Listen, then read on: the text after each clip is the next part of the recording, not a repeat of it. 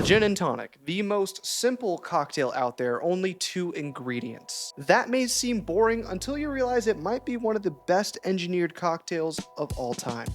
Let's get started.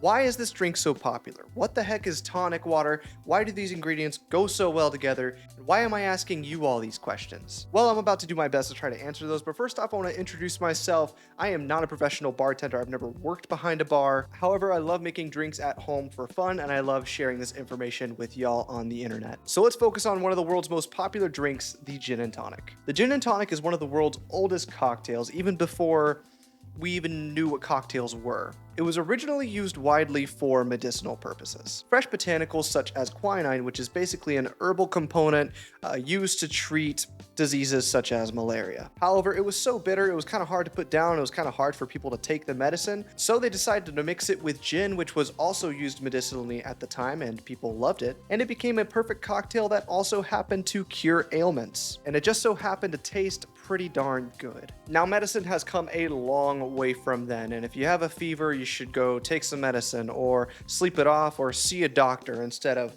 grabbing the fever tree, if you know what I mean. I'm sure you do. I'm holding it right here, but anyways. Nowadays, you can walk up to any bar, and I mean any bar, and order a gin and tonic. But the question is, even though it's so popular and you can order it pretty much anywhere, will it be good? And that's something I want to touch on my specific journey with the gin and tonic with this cocktail. It went from my first favorite cocktail ever to not even being able to stand it for about a year because I just happened to have a lot of really bad ones when I went out to restaurants or a bar, to now really enjoying it again. And when I think about it, it might be one of my all-time favorites. It might be the perfect laid-back, refreshing spring cocktail, or good for any season for that matter. And the main reason I went through a phase where I didn't really like this drink is because I had them a lot of bars and restaurants, and it just kind of put me off of them. The thing is, even though it's a 2-ingredient cocktail, it is way too easy to mess this drink up. If you get the wrong ratios from the gin and the tonic, it goes from a timeless classic to basically undrinkable. But let's get into the ingredients here. It's really simple. A gin and tonic is made of gin and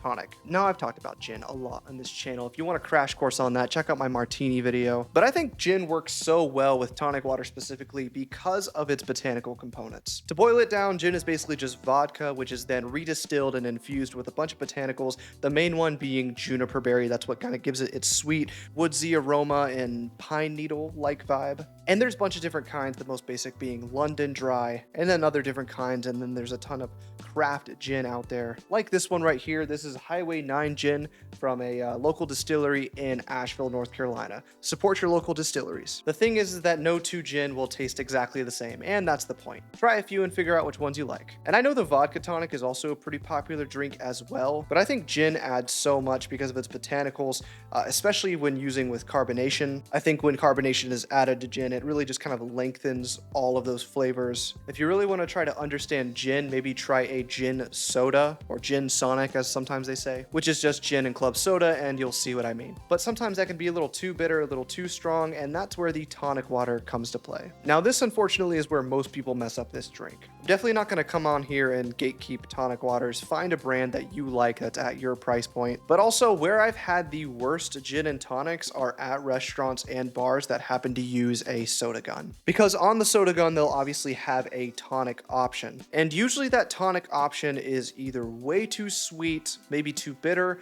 or not enough carbonation, which can be the worst part. I'm not saying that all gin and tonics made this way are bad, but most of the bad ones that I've had have come from a gin and tonic that was made this way. So if you've had a bad gin and tonic before, try using one with a premium tonic water brand such as Fever Tree. You might like it a lot better, and it might change what you think of gin and tonics. Tonic water, like gin, comes in a bunch of different brands, and they all have different recipes and different mixtures that make them who they are. But basically, it's just water that is carbonated and then added with sugars, of course quinine, citric acid, and sometimes they can add other flavors to make them unique. A few well-known brands that I particularly enjoyed are Fever Tree, of course, Jack Rudy's tonic syrup, Schweppes, and Q Mixer's tonic water, with the overall best, in most people's opinion, is the classic Fever Tree. Fever Tree has a pretty interesting lineup of tonic waters. Their basic one being their premium tonic water, also called Indian tonic water, but they also have Mediterranean tonic water,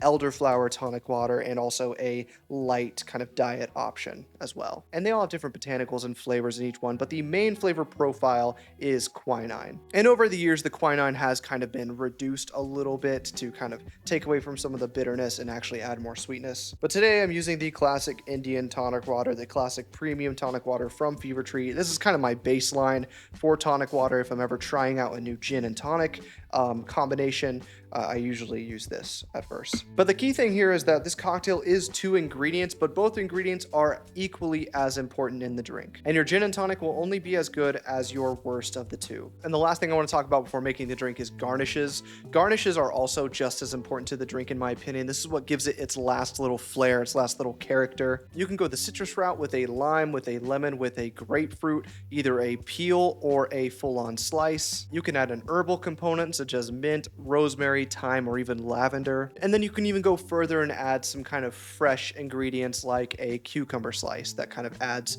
even more aroma, even more nuance to the drink. Whatever helps you bring out those flavors, you can do it with garnishes as well, and can almost be treated as separate ingredients, separate little tweaks that you can make to each recipe. For this video, I'm going to keep it super simple and just stick with lime. For my gin and tonics, I usually like to go with a classic lime wedge and a lime wheel. The lime wheel for the aroma, for the added effect, and then the lime wedge for looks, but then also I think it's good maybe halfway through drinking it, maybe I will squirt a little of the lime juice in there to kind of mix up the drink halfway through. Kind of like 2 drinks in 1. Some bartenders would call that blasphemy, but I say do whatever you want. It's your drink. All right, to build our perfect, refreshing, crisp gin and tonic, we are going to build it right in the glass. Go ahead and fill that up with ice, and I like to stir it first with the ice in there to get the glass nice and cold. You can also use one of those long, fancy pieces of clear ice if you want, if you have any, but I just have some cubes. I think those work just as fine as well. Then we're gonna go ahead and add 2 full ounces of gin. Go ahead and stir that around as well so you can get the gin a little pre-diluted and colder as well before we put the tonic water in. Not too long, maybe 30 to 40 stirs. All right, it's time to add the tonic water. We're gonna go with 4 to 5 ounces of our tonic water off of the ice. A solid 1 to 2 ratio, in my opinion, is perfect. You can go 1 to 3 or 1 to 4 or even 1 to 6 if you want it even more sweet. But this can is almost 5 ounces, so I like to go until the can is almost out. Gently use the spoon to lift up on the ice and do a slight half stir on the way up. Add your lime wheel in the glass and then go ahead and add the lime wedge right on the side there, and there you go, the classic gin and tonic. Just remember that there is no one way to make a gin and tonic. This is kind of the traditional way, but you may enjoy someone else's recipe, or you may even like your own once you try your own specs. Just make and enjoy the gin and tonic you like. That is the beauty of this cocktail. Cheers. Ton of citrus on the nose, obviously, with all the lime, and then you get that first sip. Actually a lot sweeter from that tonic water than I was expecting, but the gin definitely punches through a ton. Oh, that is just delicious. Super refreshing. Honestly, super good start to the night. If it's your first drink, you get just a lot of punch from a lot of that citric acid, a lot of the, you can definitely taste that kind of bitterness from the quinine, and of course the gin, and of course the sweetness from the tonic water. Now, some common mistakes here, like I said, is maybe not getting the ratios right, but like I pointed out in my martini video, the fun part about mixology to me is finding out what you like and making the drinks that you want to drink. Try a few of the ratios, see what you prefer. I personally like the 1 to 2, 1 to 2.5 maybe. You can even get to that 1 to 3. I think I like that as well. As long as there's not too much gin, or as long as there's not too much tonic water, I'm good with it. So try this out for yourself, the original kind of gin and tonic, and then maybe you can branch out more into some of those kind of more luxurious upgrades with all of those fancy garnishes and everything. And maybe even try different gin and tonic combinations. Maybe you like a London Dry with a Schweppes, or maybe you like a Old Tom gin with a Fever Tree Mediterranean. I don't know, you can go crazy, make your own combinations. I'll probably do that in a future video, maybe make a bunch of different kind of gin and tonics and compare them, but for now I'm just sticking with the classic. Also, be sure not to overdo it on the ice. I don't recommend using crushed ice or those little crushed cubes because the carbonation really won't punch through with that, and it'll get diluted way too fast. Also, make sure that you have enough ice. Make sure it's all the way filled up because it will dilute quickly. And like I said before, don't feel like you need to go crazy with the garnishes if you're just getting started. Stick with a simple citrus at first and then branch out for yourself.